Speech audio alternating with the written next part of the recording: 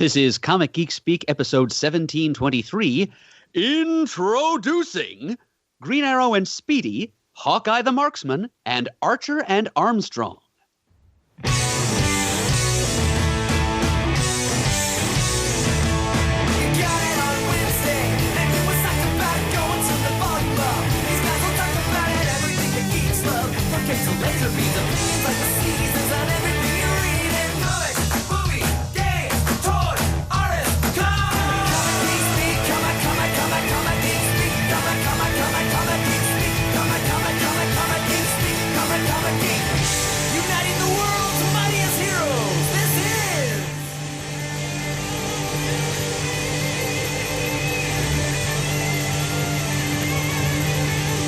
Hey, who's going first? Okay, I'm Adam Murdo. I'm Ian Levenstein. And I'm Chris Everly. Wow. I think that's the first time we ever naturally ran out of theme song in the background. You should establish that ahead of time, ladies and gentlemen. Our apologies. Oh, my God. Professionalism right at the window. Bet. For the many hundredth time. Exactly. Well, folks, I hope you all are having a happy Valentine's Day, if indeed you are listening to this episode on its date of release. And in celebration of that day, we've decided to bring back the semi-classic CGS introducing episode format to talk to you about a few comic book characters who pursue the Cupidian pastime of archery. That's right. We're introducing you to some amazing archers in tonight's episode. And the introducing format, for those of you who may not, we do one of these like once every 4 years or something like that. But those of you who weren't around for the last one, the introducing format is one of those originated by our long-lost co-founder and producer, Mr. Peter Rios. It's one of his more brilliant ideas, I think. For an introducing episode, we settle on 3 different characters with some kind of central theme in common, in this case, archery, from 3 different decades, published by 3 different companies. And then we dig up their first appearances, read them, and discuss, analyze, do whatever comes to us. And so that's how it is we arrived at this episode, talking about 3 bow and arrow-based characters. Green Arrow and his sidekick Speedy from the 1940s, the golden age of comics. Hawkeye from Marvel in the 1960s. And Obadiah Archer and his less archery-oriented partner Armstrong from Archer and Armstrong #0 in 1992 from Valiant. Here. And Mert, I'm really excited we're getting back to this format because, as you said, there's only a handful of these have been done over the years, but I always thought it was a great concept. So I feel like the last one we did, was it the Falcon? Yes, that's right. Yeah. We did. It was Carter Hall, Hawkman, Falcon, Yes. and The Fly from MLJ Archie. That was some years back in the studio, actually. Mm-hmm. Speaking of the studio, perfect segue. We wanted to acknowledge what I think has been obvious to our listeners for quite some time. Let us formally welcome and acknowledge the greatness of Ian Levenstein as an official member of the CGS cast. Ian, welcome. Long overdue. Well, thank you. Happy to be here. You bet. And I want to let the listeners know that we're actually recording remotely. Ian is piloting this. He's in his pad out in Brooklyn. I'm ensconced in my basement office in New Jersey, and Mert is at the Christmas barn in Pennsylvania. And the studio needs to have some work done in terms of internet issues and so forth. So until that is completed, we're going to be recording this way. And we couldn't do without Ian. And I just want to say, Ian, I've known you at least as a CGS listener and a friend of the show for years. But the contributions you've made to the show in the past several months have been invaluable, sir, in terms of technology. But also, you're wonderfully flexible. You're a great team player, very articulate. Can speak to so many different topics. It's just a real treat to have you with us, my friend. Well, thank you. The kind words are very much appreciated, and I want this show to succeed as much as anybody else does. As somebody who's been listening since about before episode 100. So it's nice to contribute and to be a part of the team. So here's to that. Outstanding. further word to those listening at home, Ian, if you didn't know, is one of our, well, he's just told, he's one of our very earliest listeners. He's been with us since we were in the double digits. He's been to every single one of our live events that we've ever had, the episode 100 party, 200, 300, all the super shows. He has he's appeared as a guest multiple times, and now, as Chris has so eloquently stated, he's basically being our lifeline. As we continue to have technical issues at the CGS studios, and he also is he's an extra voice on the podcast, on the air, and just a highly articulate and knowledgeable one. And I'm glad to be able to bestow an extra set of laurels upon him. He is now like patron saint of CGS land. I think I still have phone a friend left of my lifelines, but I'll keep hold of that for when I need it. Hope you got rid of 50-50 early because it's useless in the late rounds. Exactly. And if memory serves, at least according to your database, guys, I think episode 974 was the first introducing, featuring Doctor Strange, Madame Xanadu, and Spawn. That sounds about right. That was Peter helmed that one. Yep. This format is his baby, so I'm happy to continue on in his name with this, because I really do think it's a good idea, and there are many other good ideas to be had within the framework it provides. Indeed. All right, let's jump in then, gentlemen. So More Fun Comics number 73. The first appearance of the Green Arrow and Speedy. Now, I must admit, because I read this story today, and I hadn't read it in a long time. Who was the creator of the Green Arrow? I'm ashamed to say I forgot. He was created by the somewhat infamous DC writer and later editor Mort Weisinger. Oh, what a prick. Yes, with art by George Papp. Yeah, Mort Weisinger was the man who brought Green Arrow to the masses.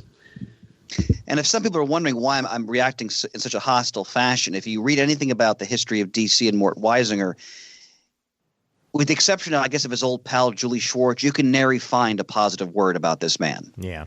Like, basically everybody who worked for him, especially Murd's hero E. Nelson Bridwell, just, like, imagine, like, the archetype of the horror show boss. Yep. They were like Scrooge and Bob Cratchit together. He was notorious for verbally abusing poor Bridwell and just overworking him. Yeah, but Nelson was kind of he was a mild-mannered sort, and he genuinely loved comics, so he endured. The person who didn't endure was Roy Thomas, who came to DC, worked there for 2 weeks, and said, okay, I'm going over to Marvel, enough of you. I was just going to say that exact same thing, Chris. Weisinger was like single-handedly responsible for Roy the Boy showing up at the Marvel offices as early in the Silver Age as he did. And to think what Roy could have done at DC had he stuck around. Yeah, really. Yeah. Well, he got a chance at least when he started working for the company. Oh, sure. In the 80s, but read his interviews at work with Mort Weisinger. They're fantastic. You can find them in issues of Alter Ego. Now, Chris, as someone who hasn't actually read this issue, and you have just read it, it's interesting to me how usually the clones of characters come from companies that are not DC. And yet it seems like DC was repeating themselves with Green Arrow. Like a Green Arrow and Speedy very much started out as a Batman and Robin clone. Was that the case from the very first issue? Well, it seems to me that way in the sense that, they definitely have established that Speedy is his ward, and they when the story opens, here I'll read it to you. The next day in the apartment of Oliver Queen and Roy Harper, who are in reality the Green Arrow and Speedy the Cyclone Kid. Happy vacation days ahead. And Roy, he's got his sweater on with a tie and he's wielding a tennis racket. And boy, can we use one. The case of the Golden Mummy sure had us busy. And you just have 2 panels of them, and then they go right into their costumes and they go to the fantastic Aeroplane, one of my favorite Golden Age superheroic vehicles, including with its ejector seat. And they're on the case to figure out, who's murdering off members of the Historical Society, each of whom's named after a famous historical person, same surnames, and they're being killed in the same way as their historical forebears. So one thing I noticed right off the bat that's just classic Golden Age, that on the first page, 3 people die horribly. So wait, hold on. George Lincoln shot in the back of the head. John Hale is hanged, but near his yacht. And Anthony Caesar is stabbed in his sleep. So it's the golden age, ladies and gentlemen. And it's murder and mayhem. Yep. Yeah. It's not quite as bright and shiny and squeaky clean as some people like to remember it. No, I mean, on the third page, one guy's electrocuted. So I'll just kind of give my 2 cents. We can move on from there. But I hadn't read the story in many years, if I've even read it at all. I thought I did, but maybe I haven't. But what was fun about it, again, whenever I approach a Golden Age story, I have to sort of check my sensibilities as a reader at the door, because this is written at a time where comics were fresh and new. They're writing primarily for what they assumed were probably a more youthful audience. So, this isn't the most sophisticated literature you're ever going to read. Is it fun? Absolutely. For me, reading Golden stories is more about just jonesing on the historical aspects of it, thinking about where the characters were when they started and where they're going to end up. And what's interesting about this is this Oliver Queen is obviously nothing like the Oliver Queen that we associate him with besides the name. Right. I mean, first of all, he's got brown hair. He doesn't have a goatee. He's got the more classic, like Robin Hood type outfit. Speedy's the typical DC type sidekick you would see in these stories of this time. He makes comments like, "I catapulted up here just in time, methinks." Or and I love how I use one of my favorite words here. "Feels good to get into your togs again." I love the word togs. So, it's a Golden Age story, so it's relatively short, and it's just them foiling the crime and figuring out who the actual killer is. It's actually one of the members of the Historical Society. I won't tell you which one if you want to read the story. And it shows them using their arrows in various ways, including using their arrows as a ladder so they can descend from a burning building. Am I right in thinking there are no trick arrows yet at this point, just standard pointed shafts? That's correct, my friend. And I was looking for trick arrows, but they used them like to pin one guy to a wall. Again, as I mentioned, to use as a ladder. But that's really it. I mean, there's no – and like they pin the villain to the wall at the end too. And then, of course, again, it's the Golden Age. So the villain breaks free from his arrow, from being pinned to the wall by the arrows. He's speeding away in the car. They're flying on the aeroplane. And Green Arrow then shoots an arrow at the car, knocking out one of the wheels. And I'll read the caption. "Samson's car swerves crazily and then plungers over an embankment. A mass of twisted and tangled steel forms a coffin for the arch criminal." So he's pulverized. So, once again, yeah. they weren't shy about killing off the villains in these early Golden Age stories. And this wasn't even the main story of the issue, correct? Because it was Dr. Fate on the cover. Dr. Fate is on the cover. Yeah, this issue also, just for our history fans out there, also is the debut appearance of Aquaman. Oh, wow. So he also appeared in this issue. There's a Spectre story in here, Johnny Quick. What's great about these Millennium, if you're a back issue aficionado, seek out the Millennium editions. They came out in the year 2000. DC did a whole slew of these where they reprinted a lot of their key first appearance books from both the Golden and Silver and Bronze Ages. Excuse me. So go to if you go to Eyes in Pittsburgh, they're going to have a lot of these in their back issue bin. They shouldn't be that expensive. Some places you might find a little bit more pricey than others, but they're fantastic reprints. And they reprint the entirety of the issue, including there's a Prince story in here, probably to get that cheaper mailing rate, I would imagine. These are great reprints. Yep. And they include historical essays describing the contextualizing and providing the significance of the content by most of them by Robert Greenberger, who is one of the masterminds behind Who's Who, the definitive directory of the DC universe. You're correct, Merton. Like this one, again, the essays on the inside, front, and back cover. This one was written by Michael Wright, actually. But yeah, then they list in the back all the stories. Dr. Fate, the Green Arrow, Radio Squad, Johnny Quick, Who Did It, which is the text piece, Clip Carson, the Spectre, and Aquaman. And as Murd said, Green Arrow, I should have checked the credits before I spoke earlier, is by Mort Weisinger, art by George Papp. Aquaman by Mort Weisinger, art by Paul Norris. So George Papp, that's a very poppy name, Pap. Yep. He also drew the Clip Carson story in here. The Spectre by Jerry Siegel, art by Bernard Bailey. Radio Squad, Chad Grothkopf, writer unknown. Johnny Quick, story unknown, pencils by Ed Moore, inks by Chad Grothkopf. And Dr. Fate is Gardner Fox, and art by Howard Sherman. So some big names on there from the Golden Age. Yep. Chad Grothkopf is the creator of Hoppy the Marvel Bunny. Fantastic. Very cool. Yeah, apparently he got some DC work too. So, Murd, I mean, I know you've read this in the past, just not recently, because, again, just behind the curtain here for the audience, I actually have Murd's copy of Millennium Edition. He lent this to me ages ago when we were going to do this episode, and then it fell off. It kind of was pushed to the back burner, and now we're finally addressing it. So, again, my apologies, Murd, that you don't have the book in your hands. No apologies necessary, Chris. Yes, I have read this story, but it has been, as you say, over a year since then. So I really didn't remember too many of the details of the plot. Not that in Golden Age stories, details of the plot are necessarily that important because a lot of them follow much the same formula. The one thing that stood out most in my mind, though, about this first appearance of Green Arrow and Speedy, as distinct from Origin, because this story was in no way concerned with telling us how there's no origin. Who Green Arrow and Speedy were and how they came to be, to coin a phrase. It's just jumping right into the middle of their story, pretty much, and that's the point I'm making. It's Weisinger is kind of going out of his way here to just kind of begin our familiarity with Green Arrow and Speedy in medias res, trying to make it seem as if these are characters that have been around for some time. That remark you mentioned earlier, Chris, about Speedy talking about how tired they were from solving the case of the Golden Mummy, which of course never appeared in comics anywhere.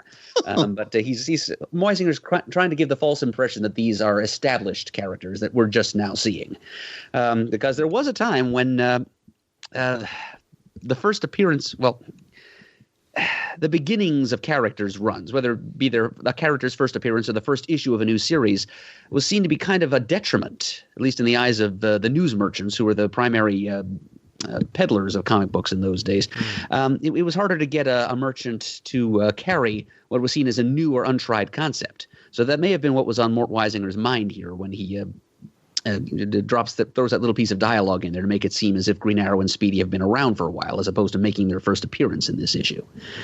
So that was the one thing that stuck out, the one detail that stuck with me since the last time I read. That's a good point, though, and you're right on the money, because a lot of the Golden Age titles, and both DC and Timely did this, and other companies, they would routinely change the titles of books that were ongoing to try to lure new readers to those particular publications. And they'd continue numbering from old books, for example, as well, to make it seem like the book had been around for a while. Mm-hmm. That happened. That was routine. So it's a good point, Murd.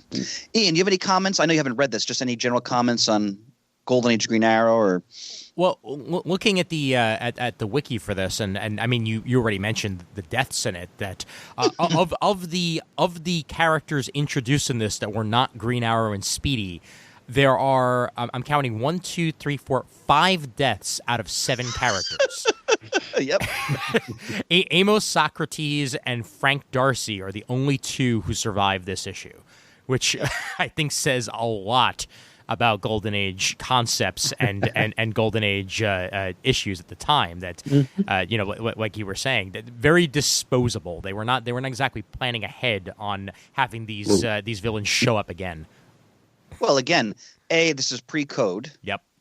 And 2, like you said, this is such disposable entertainment. Very few people thought that these were going to become these institutions, these franchises in a sense. It's just month to month. So why not wipe out most of the supporting cast for the issue? Exactly. So, now, did the Arrow Cave show up here as well, or was that a later? No, they just have them. I'm glad you brought that up. They just had them in their apartment.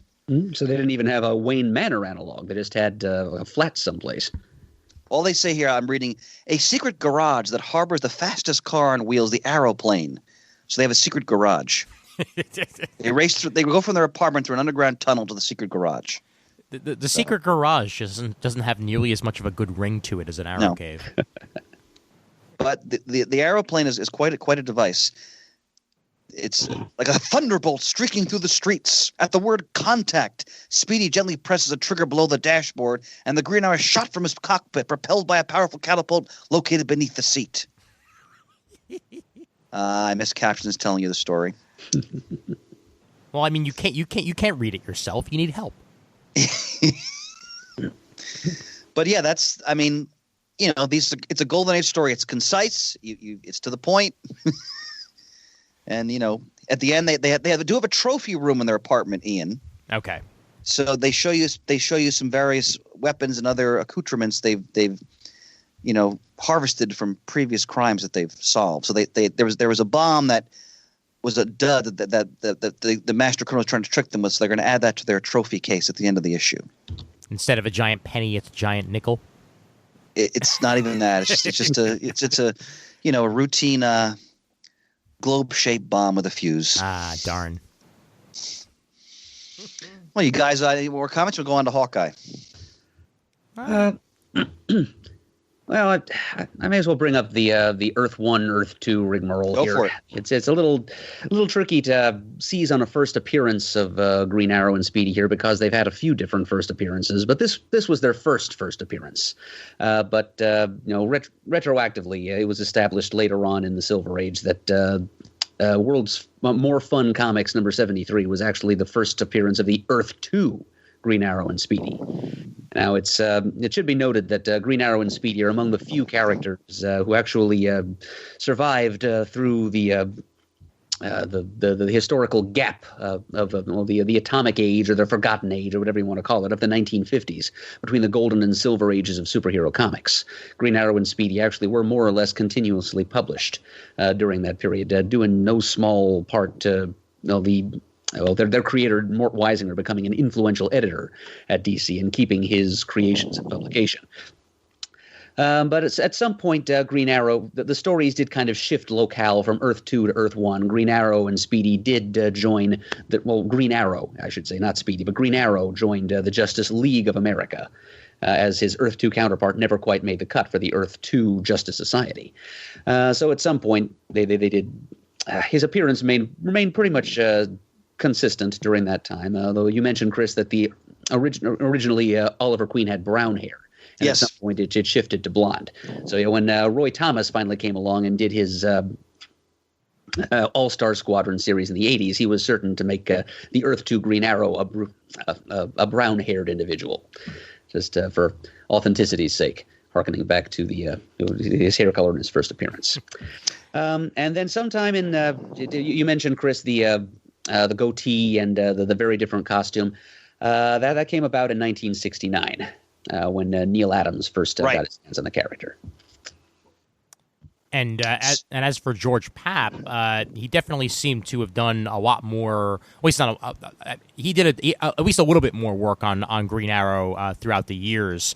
I know just by clicking on a few links here, he did one story in 1948 called the Red, White, and Blue Arrow, where a red arrow, a white arrow, and a blue arrow show up to join Green Arrow in taking down criminals. So he's one of those journeyman DC artists that definitely had plenty of work to go around. Now, Murd, so the Earth to Green Arrow, is he quote dead at this point, or have they just been lost in the shuffle of continuity? He would have been lost in the shuffle regardless, but they decided to give him a nice clean death, and he actually does perish on panel in, I believe, Crisis on Infinite Earths number 12. Yep. Okay. Yep, he's slain by a shadow demon. All right. I do actually remember that. And what about the Earth 2 Speedy? I'm not sure we ever got to see what happened to him. Okay. So you might say he was lost in the shuffle, but retroactively, since Earth 2 never existed, whether he perished honorably the way his mentor did, or whether he just stayed alive and then stopped existing, one way or another, he's not around anymore. All right. And for those listeners who are fascinated by the complexities of the multiverse and the DC universe, please check out the Crisis tapes, where our beloved Adam Murdo and our equally beloved glorious co-founder Peter Rios talk about all things Crisis. Mm-hmm. We're actually in discussion right now about what our next episode's going to be. Oh! Excellent. Yep. Should be, our respective schedules permitting, it should be making its way to you before too much longer. Oh, clear my docket, ladies and gentlemen. Oh. Here to that. All right, should we move on to Tales Suspense 57, gentlemen? Indeed. Make it so. All right, so this is very much in my wheelhouse. This is Marvel Silver Age. As Murd mentioned, this is 1964. Tales Suspense 57. Iron Man, of course, is established in the book as the flagship character of that book. This is, of course, written by Iron Man's co-creator, Stan Lee, illustrated by one of the great Iron Man artists, the wonderful Don Heck, and lettered by swinging Sammy Rosen. Have you both read this issue? I've read retellings of this issue. Okay. Because it has been retold many a time. Throughout Hawkeye's run, but I've never actually read the original. I have here in my hand my copy of Thunderbolts Volume 1, number 39. Reprint. Yep, exactly. It was one of those 100-page monsters that Marvel was so high on. I love those. Those were great. You know what, actually, Murd? You just reminded me. Yes, I have read it, because I have read that issue. Well, there you go. Yeah, that issue reprinted not only Hawkeye's first appearance, but his next two appearances as an Iron Man opponent in Tales of Suspense. And we should point out, this is one of my favorite Silver Age covers in terms of Marvel.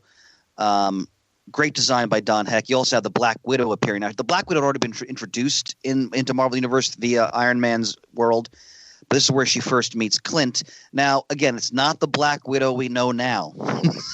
In any way, shape, or form. Yeah. Far cry. It's the Black Widow as a Soviet agent in her Jackie Kennedy cocktail dress. And her fur stole. Yes. Trying to act as a seductress and to use her seductive powers as an espionage agent. What I want to mention right off the bat is I love the cover, and Don Heck should be credited as the co-creator of Hawkeye and certainly as the designer of Hawkeye's costume. And if you look at the costume, it really hasn't. I'm not talking. Forget what he's wearing in the movies now, or what they put him in the classic Fraction series in the 2000s. His classic costume really hasn't changed that much from what Don Heck originally designed, which I think speaks to the strength of that design that he came up with. What do you guys think of the original Hawkeye costume? I like as it's portrayed here. I like it. It's striking. I do prefer it entirely purple as opposed to the purple and the blue, because the blue and the purple clash a little bit. It's a lot more streamlined when you just combine those colors, especially when you add in that yellow strap. It's just a little bit too busy for me. But the basic design it feels like an Archer to me. I don't know what it is about the that headpiece and the H on it. It works. It works for me. Yep, he does look a little bit like a medieval yeoman. Ian's point about the color scheme is well made and well taken. I do agree that there's the blue is a little jarring. Yeah, the uniform purple is a bit better, and I don't know, maybe the flared shoulders and the tunic hem could be toned down a little bit. He looks a little bit too medieval, actually. Yeah. I wonder if Don Heck was in Black Knight mode at this point. Well, anything's better than the skirt outfit they put him in the Bronze Age very briefly with the headband. Oh, yes. Right.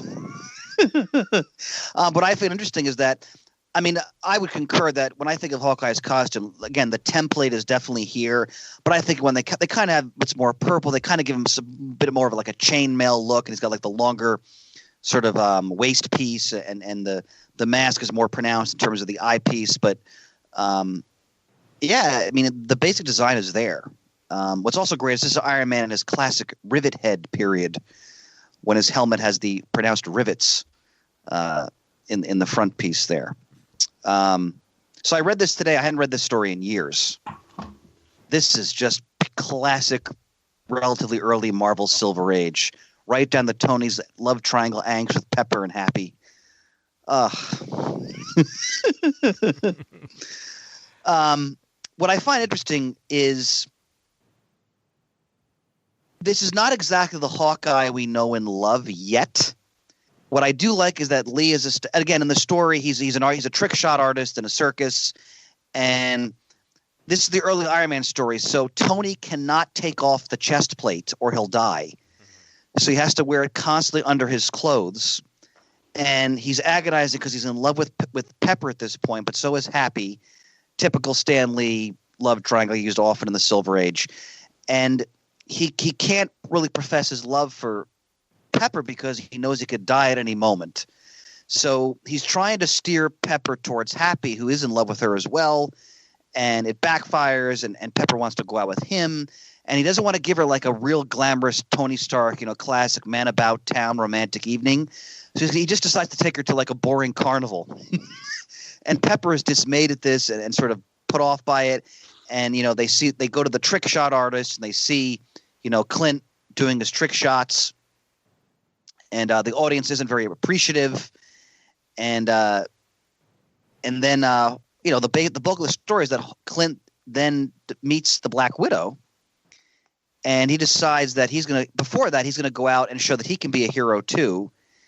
And he foils a guy who's robbing a jewelry store, but the police show up just as Clint is picking up the bag of jewels. So they assume that he is the accomplice in this aborted crime. And he has to flee from the police, which begins the great theme of Clint Barton as kind of like the anti-hero who sometimes is on the wrong side of the law. So they kind of establish that aspect of the character right away. What I find interesting is Hawkeye's dialogue, it's not really Hawkeye yet. Like in some panels, he almost sounds like a run-of-the-mill kind of dastardly ne'er-do-well. He almost sounds – I don't mean this is a slight against Clint – almost too intellectual with certain word balloons. And then like he meets Natasha and like that he's smitten with her.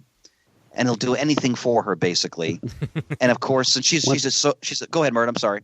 I was just going to put in here. Once he starts thinking with his lower brain, then he sounds like the traditional Clint Barton that we know. Exactly. You took that's just what to say. Well put. Yeah. Once he's thinking with nether regions, exactly.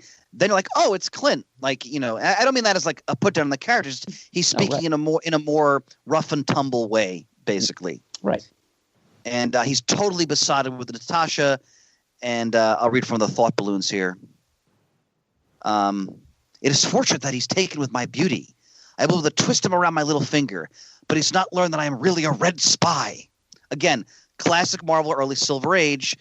You have everybody's a communist menace. Everybody, especially in Iron Man, when you have saboteurs. In fact, there's a great panel.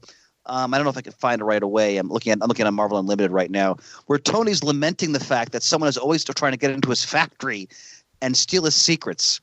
Let me see if I can find it here. Well, while you're looking for that, I'll just read this quote. My communist masters provided this estate for me, and now their investment shall really pay off.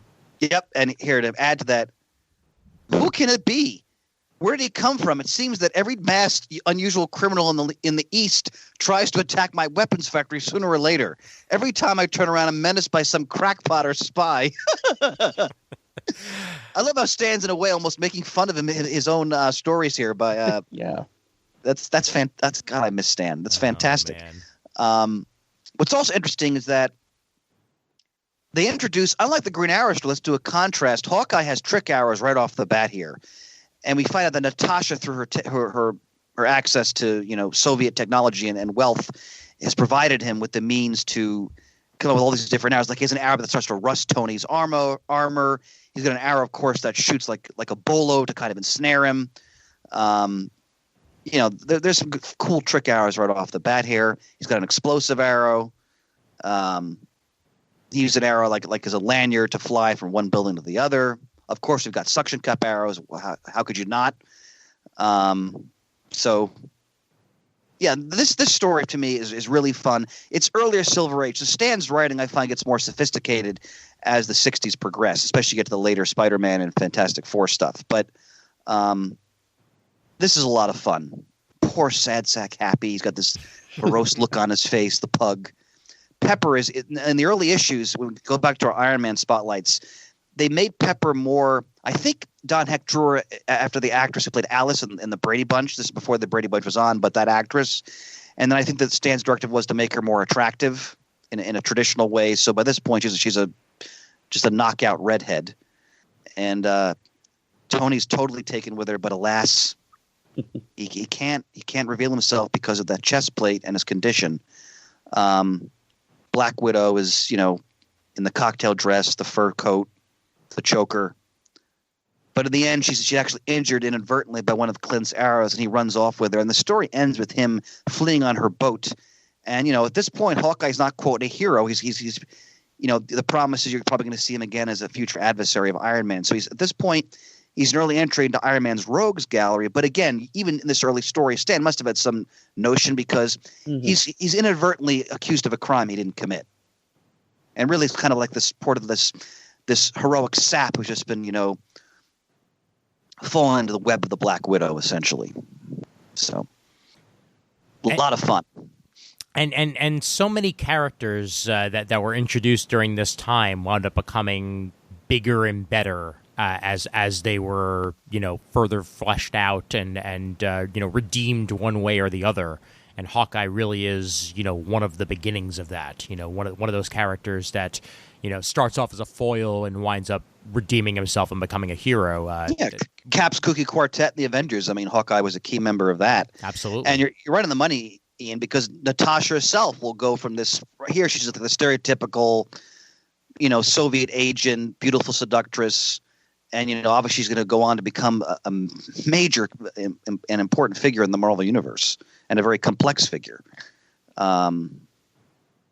So, in fact, I should hint that I've been thinking a lot about the Black Widow lately. That's all I'll say about that. Oh. So.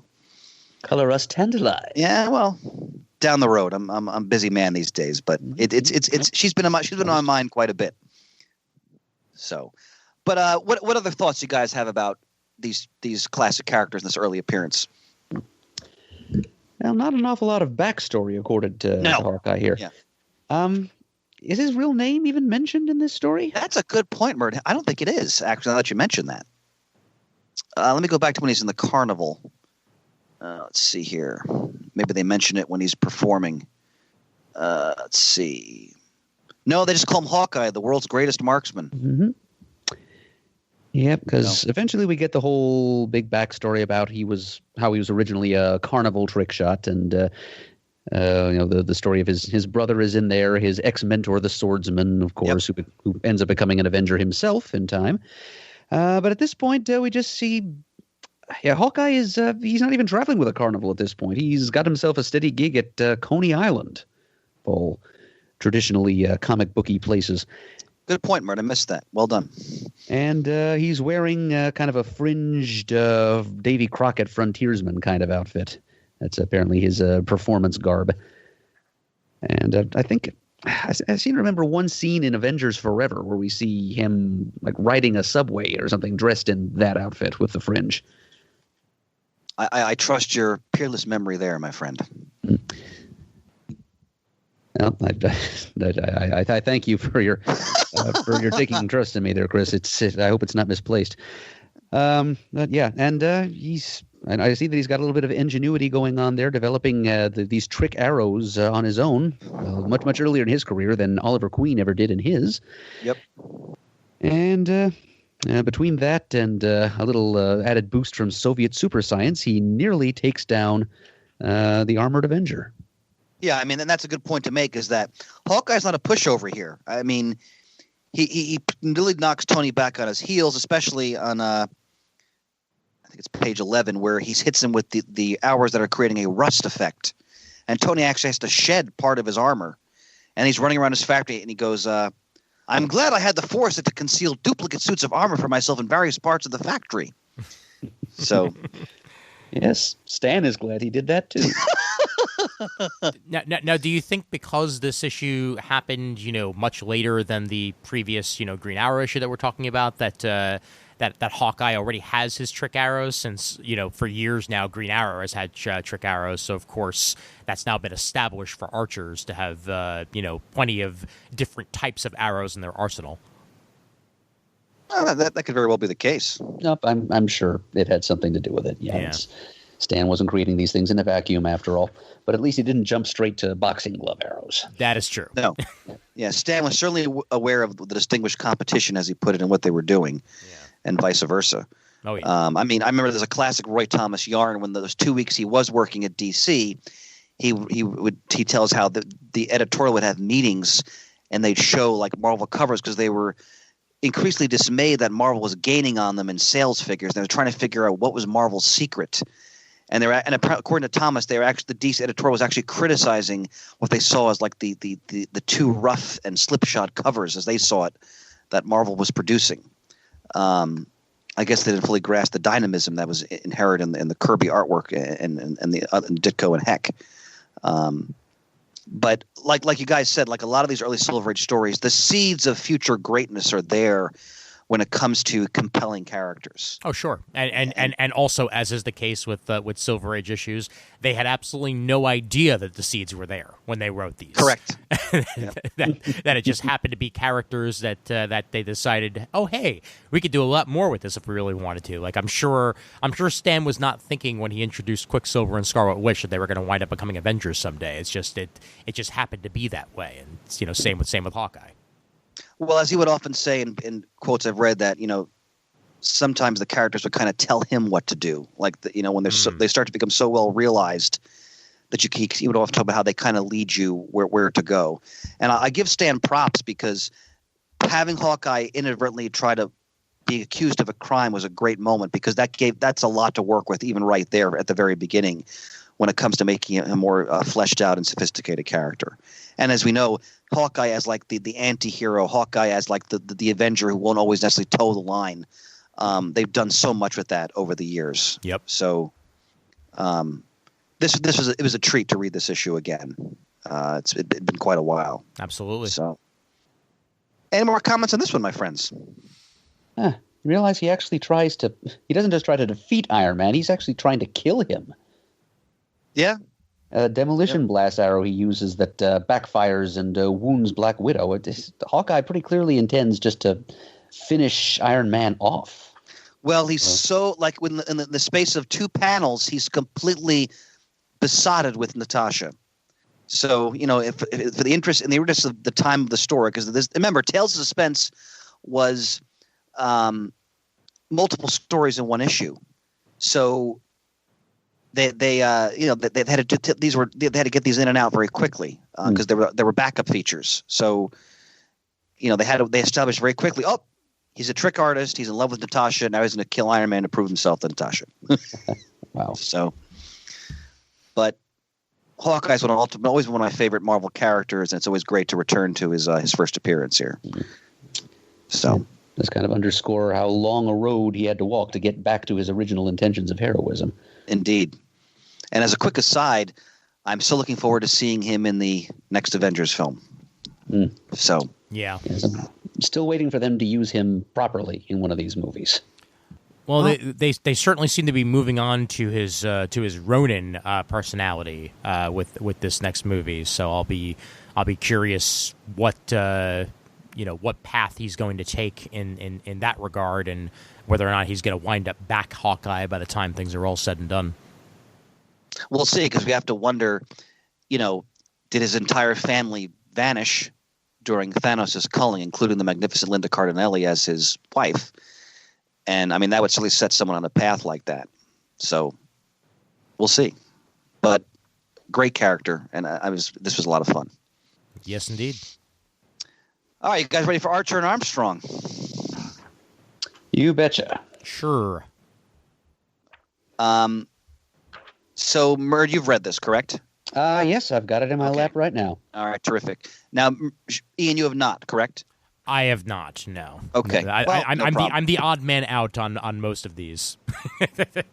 My friend, never. Yes. But I got to tell you, Murd, I'm clearly glad you picked this, because I'd never read anything by this character, or characters, I should say. I found this fascinating in so many ways, especially as a time capsule for when it was written. Do you want to give this is more your wheelhouse. Do you want to kind of give an introduction to what we're going to be talking about here? Oh, absolutely, Chris. Just pass the baton. Go for it. All right. So this comic takes us back to the valiant age of comics. Cover dates is July of 1992. It's a 0 issue. And it is also the first appearance of the title characters, Archer and Armstrong. It gives us some background on Obadiah Archer, the first of the two title characters, and shows us how he meets the second of the two. We don't really get to see Armstrong's origin in much detail, but we get some important hints. And after this issue, the two characters are plunged right into the cross-company chaos that was the Unity crossover. Oh, wait a minute. I'm sorry. I'm thinking of Deathmate. That was the cross-company crossover. Yeah. It was chaos, and it was a crossover. It just wasn't cross-company. It's the Unity crossover. Actually, I think the first two issues of the ongoing series after number 0 were Unity tie-ins, and then finally with number 3, they got to get back to their own story. So the tale of Archer and Armstrong begins in the early 80s in Topeka, Kansas, where we meet young Obadiah Archer, who is the son of a pair of evangelical preachers, Joe Earl and Thelma Archer. He's kind of isolated from the other kids in the neighborhood because his father is such a, quote, holy roller puss bag, as one of the local bullies calls him. But Obi, on the very first page, demonstrates that he has certain gifts, which he ascribes to his closeness to God. He's able to flawlessly make all kinds of trick basketball shots, which he does to beat some of the local toughs in a game of horse. And then, because his Christian values rearing their heads again, he gives the money right back to them and runs off home as they jeer at him behind his back.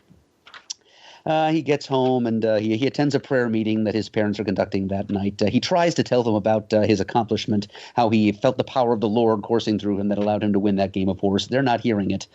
So he goes to bed just feeling badly upset that his parents never seem to have any time for him. They want to save everybody's soul except for his. They want to pray with everyone except for him. So he concentrates and manages to evoke the power of the Lord again to make a whole bunch of trick shots with crumpled pieces of paper in his waste paper basket. Runs straight from his bedroom to his parents' bedroom to tell them what he's done, and finds them in the middle of some kind of awful bondage sex scenario with a couple of young people from their congregation. So we should point out are clearly bound against their will. Yes. Yeah. Yes.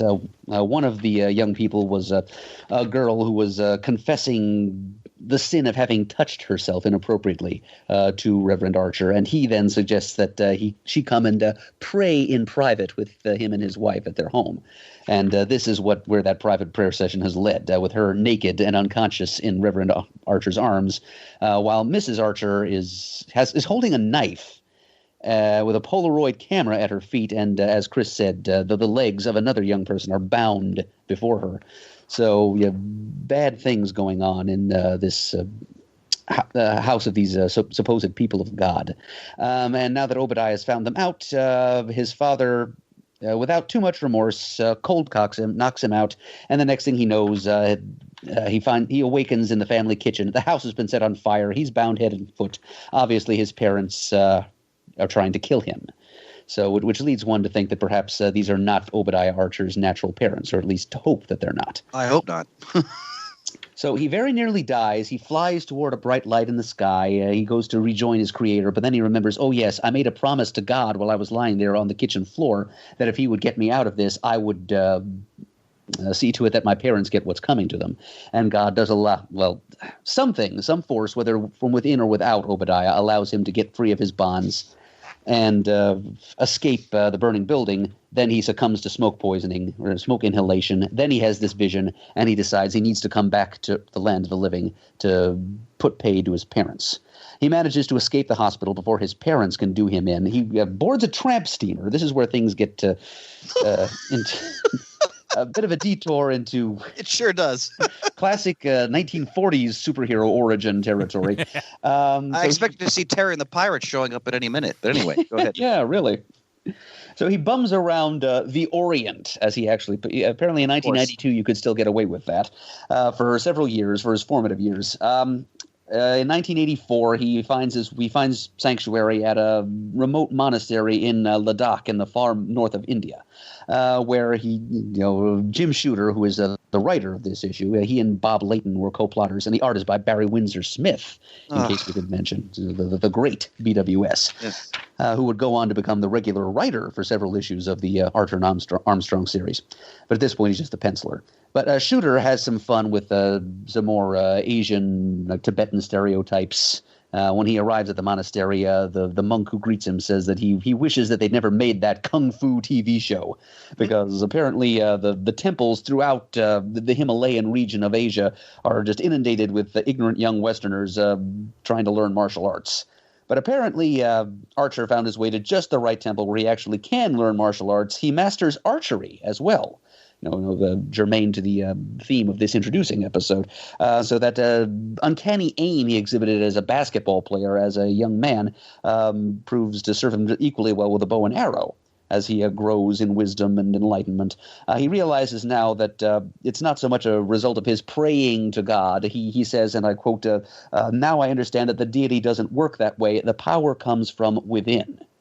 And so he masters martial arts and he masters archery. And finally, 10 years after he departed from the United States, he returns to the United States via boat to Los Angeles, half a country away from Topeka, where he grew up and where his parents tried to kill him. And the first person he meets when he gets back is the character destined to be his co-star, a vagrant who asks him if he has any spare change. And this character turns out to be something like a cross between Marvel's Hercules and DC's Bibbo Babowski. He's a kind of a lovable vagrant who is a lot more than what he seems. When Obadiah voluntarily gives him his last $5 bill, this picaresque hero takes him. They buy some beer. They sit around a tramp stove under a bridge, and Armstrong proceeds to tell Archer a bunch of tall tales about his adventures as he's gadded about the planet Earth over the past couple thousand years. Archer, of course, believes he's full of bunk.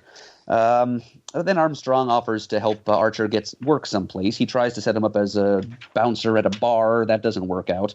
Then Archer tries to make a little money his old game of horse, but apparently the basketball-playing toughs in L.A. in 1992 are even less fond of him than the people he played ball with back home in Kansas, and he's obliged to beat them up to prevent them from doing the same to him.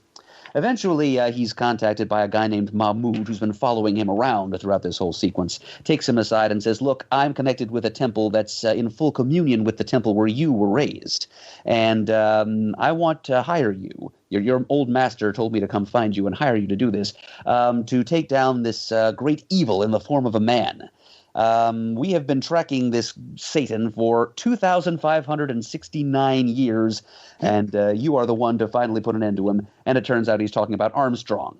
And wouldn't you know, as Archer and Mahmoud find Armstrong, he's involved in a bar fight in exactly the same bar where Archer was turned down for the job of bouncer. And so there's a little bit of a fight between them, but finally Armstrong is able to talk some sense into Archer and tell him, "No, look, I'm minding my own business. I'm not trying to hurt anybody. I'm trying to run away from you and this Mahmoud guy who are trying to kill me. So, and here comes Mahmoud with a squad of gunmen trying to finish the job that you haven't finished yet. So what does that tell you about my intentions versus theirs?" And so by the final page, Archer and Armstrong are united in intent, and the battle is joined between the two of them on one side and Mahmoud and his gunmen on the other. And so the team of Archer and Armstrong is thus born. Bird, that was a masterful summary. Well done. Thank you very much, Chris. This was at one time my specialty. Haven't done a Merdonian recap in ages. It was a delight to hear. May I go on a little bit about this? You certainly may. Because I was really looking forward to reading this, because I've never read any Archer and Armstrong. We should remind the listeners, if they're not familiar with the history, that Ian, was Valiant 1992? Yes. This first issue was definitely 1992, and I believe the series ran until 1994. And we have to remember what a huge splash Valiant briefly made on the comic book world. Because remember, this is during the speculative period. So, comics are selling, very large numbers for the time. And, companies are popping up left and right to try to capitalize on that boom. And did Shooter create Valiant, or was he the editor-in-chief or publisher? I forgot. Does anybody know? Well, he was definitely involved with he was definitely like editor-in-chief. I'm not sure if he was co-creator or not. Okay. I know this is a whole. Go ahead, Mert. I'm sorry. He was one of the co-founders. Yeah, I wouldn't say he was sole creator of it, but yeah, he was one of the founders of the company. And as Ian said, he was also editor in chief. Got it. Yeah, and because the only Valiant book I read originally when it came out, I think, was Harbinger. I didn't really try the other ones initially, but for a brief period, Valiant was big. I remember the comics. People were coming and buying like every first appearance they could, and multiple copies, and all that zaniness that went on in that artificial bubble that was going on in the early 1990s. But what we have to remember is that Valiant had attracted some top flight creators. What thrilled me about this was getting to see a full story of Barry Windsor Smith art. That's thrilling. An artist I've always loved. There are things about this I really enjoy. There are other parts that I don't want to say I dislike, but the book very much read like in the time it was actually written. And there are things that I just don't think held up for me. What I love the most, besides the Windsor Smith art, was the character of Armstrong. I love his whole persona, like the lovable. Merge said is kind of a combination of Hercules and I forgot the DC character you mentioned. Bibbo. He was a lovable stumblebum who was a part of Superman's supporting cast back in the early post-crisis days. There you go. I remember that. And so I love his whole persona. When he's boasting about, being present in the epic wars between Rome and Carthage and, 216 BC, and he lifted up Hannibal and his elephant. And, I ate stuff like that up. Hannibal was a great Carthaginian general who, came probably one of the closest conquerors to actually besting Rome. Ultimately, did not, but fascinating figure in ancient history. So that was fun to read.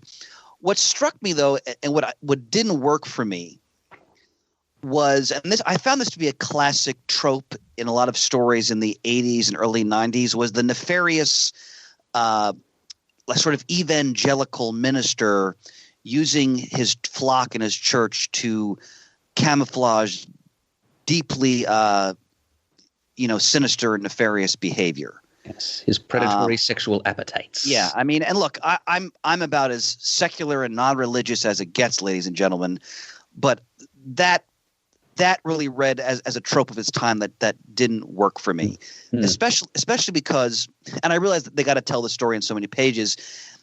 He comes upon his parents in this terribly debauched, and I don't mean that in the good sense of the word, like this terribly debauched, horrific moment where they're clearly taking advantage of these hapless young people, and the kid's reaction and then what happens to him afterwards. I guess because they didn't have the time, but I'm like, all right, this guy just saw his parents. Well, we're assuming they're his parents or maybe his foster parents, as Murd alluded to, committing terrible acts, and he's like, all right, I'm going to get vengeance on them now. I'm like, no therapy. It's just like, I understand it. It's, they got to get the story moving, but that didn't really work for me.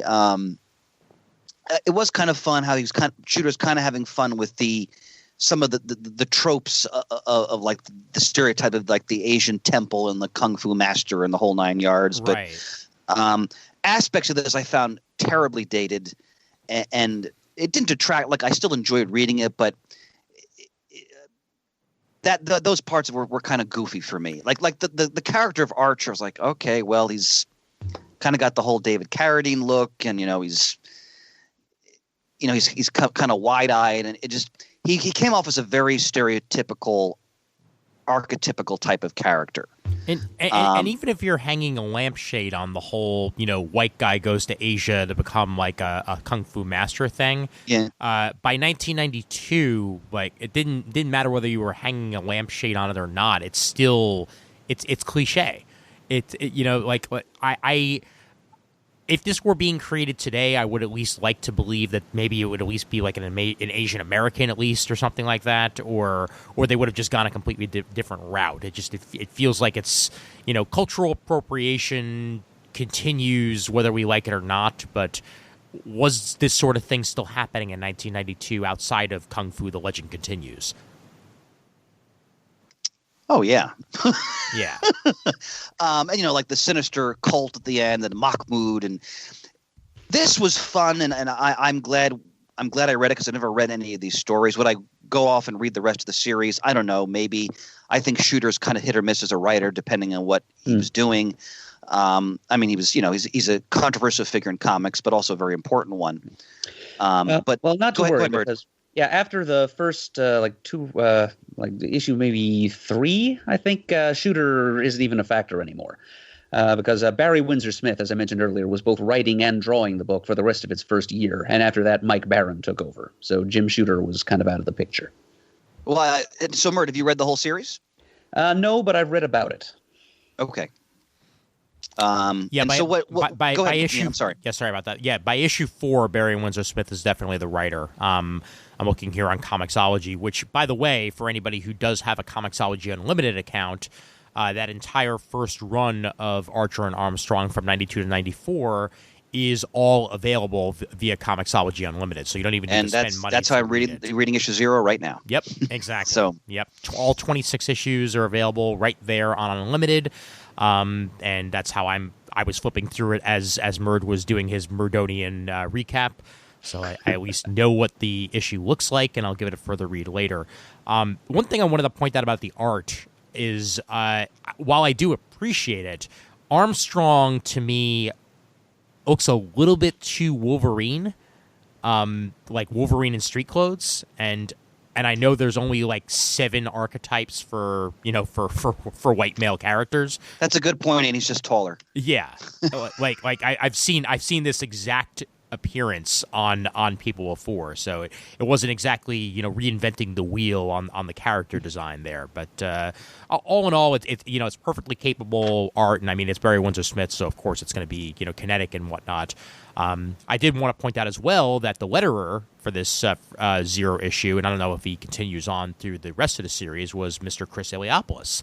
So a man who is very familiar with the comic works and continued for years to come long after this. This must have been early work in his career then. Yeah, definitely. So, Murd, what was your take on this issue, reading it again? Well, I see what you mean about certain aspects of it not aging well, product of its time and all of that. I think it's a good introduction to the characters, though. That's one thing that Jim Shooter was always a stickler for as an editor, and therefore practiced what he preached whenever he acted as a writer. I'd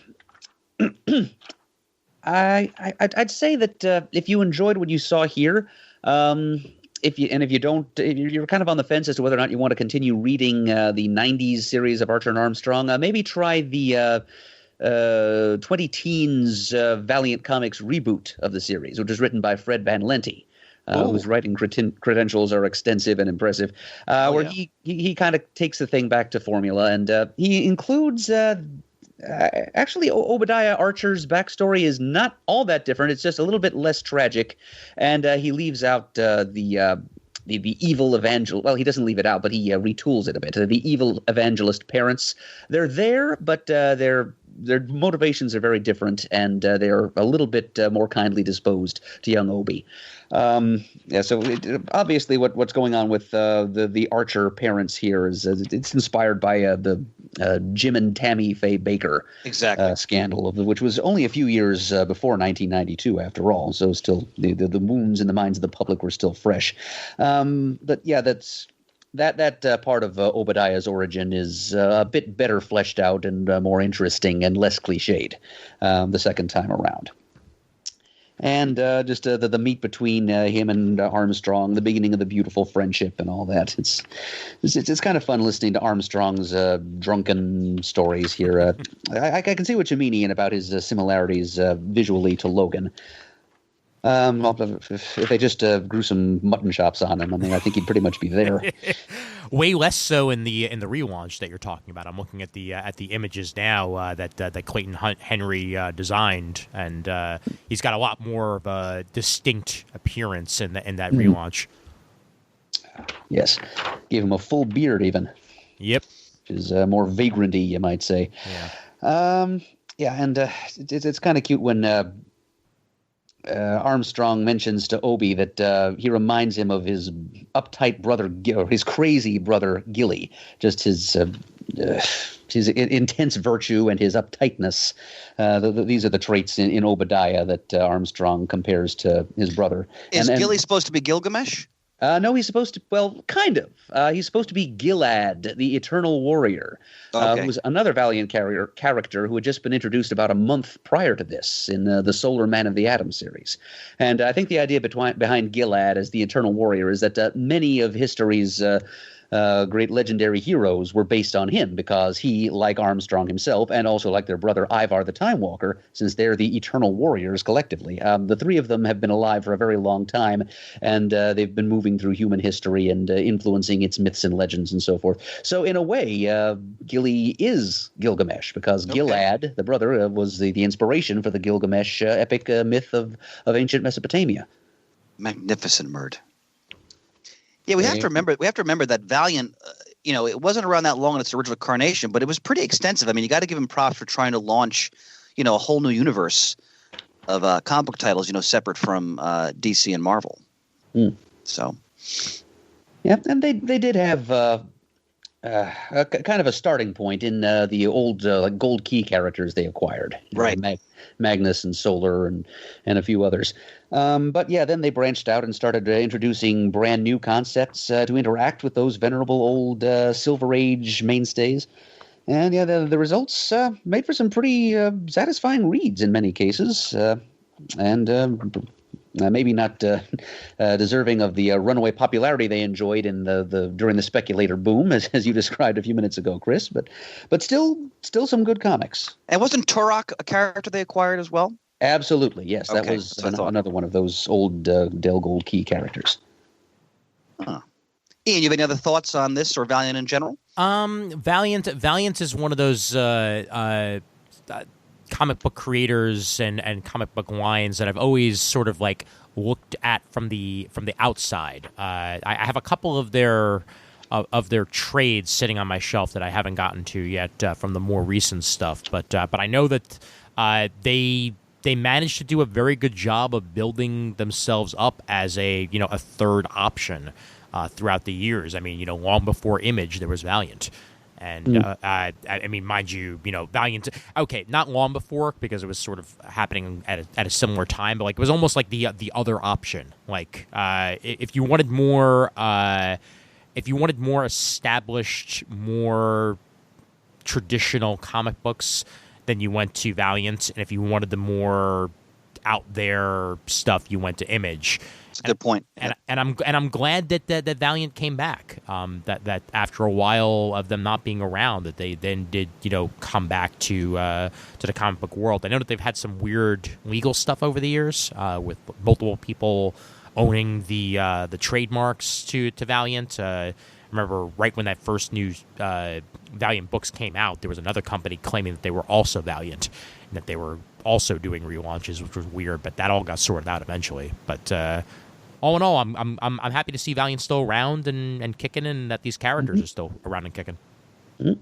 Yep, they're still providing that third option. It's just every time I see and talk to Adam Withers, as a matter of fact, he talks to me about how Valiant is about the only, at least it was last time I saw him, but he said that Valiant was about the only comics universe that he was still following. I have one of his secondhand trades sitting on my shelf, actually, because he went and upgraded himself to a hardcover, and he unloaded it to me saying, read it. And I'm like, okay, fine. And I still haven't read it, but I need to get to it eventually. What Adam Withers tells you to do 3 times is worth doing. That is true. That is very true. The man knows where I live. All right, comrades. Anything else you want to say about this particular story?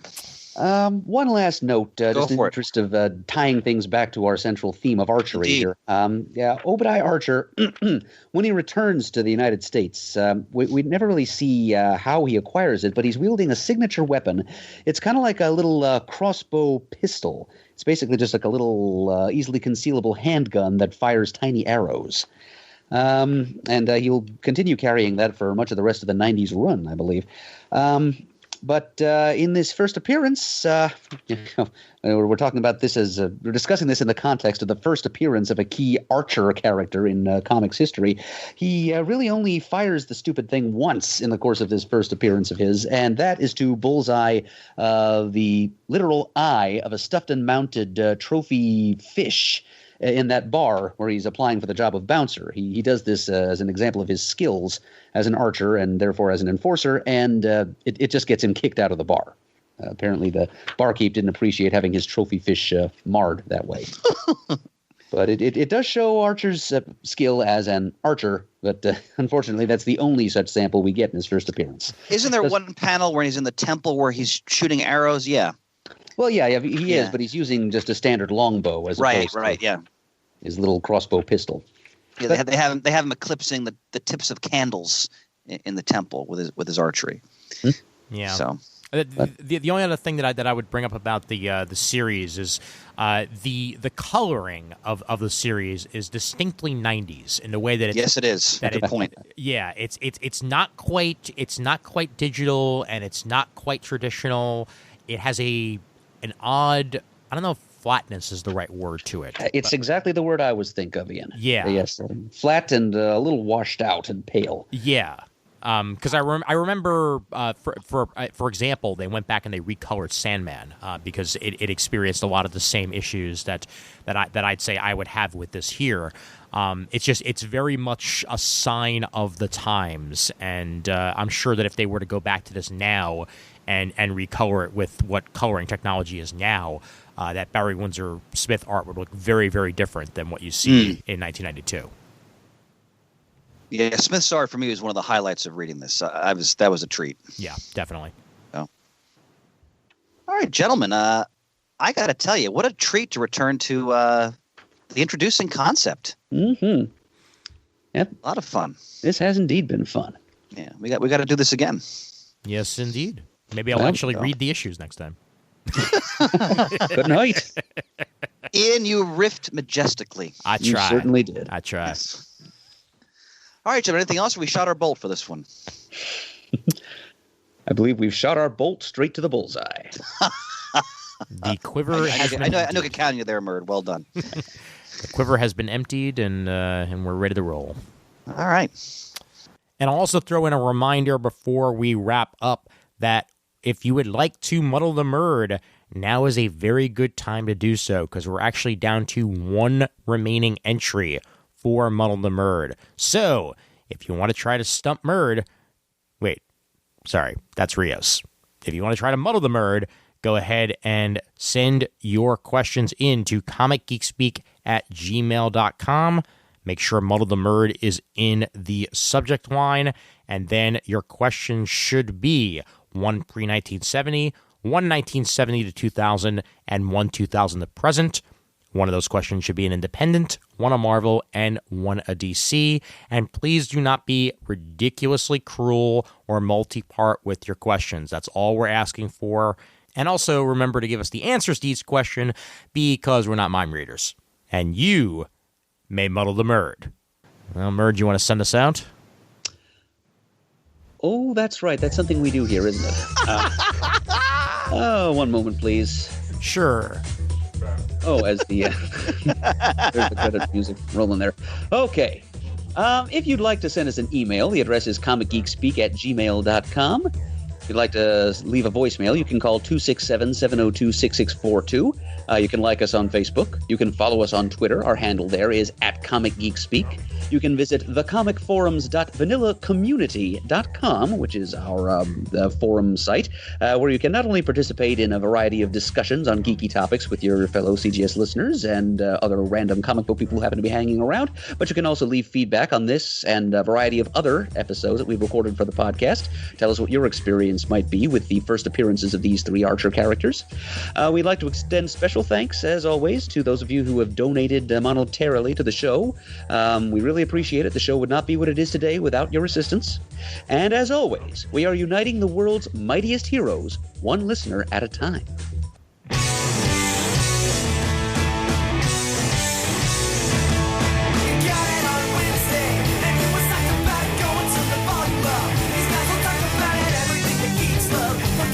masterpiece of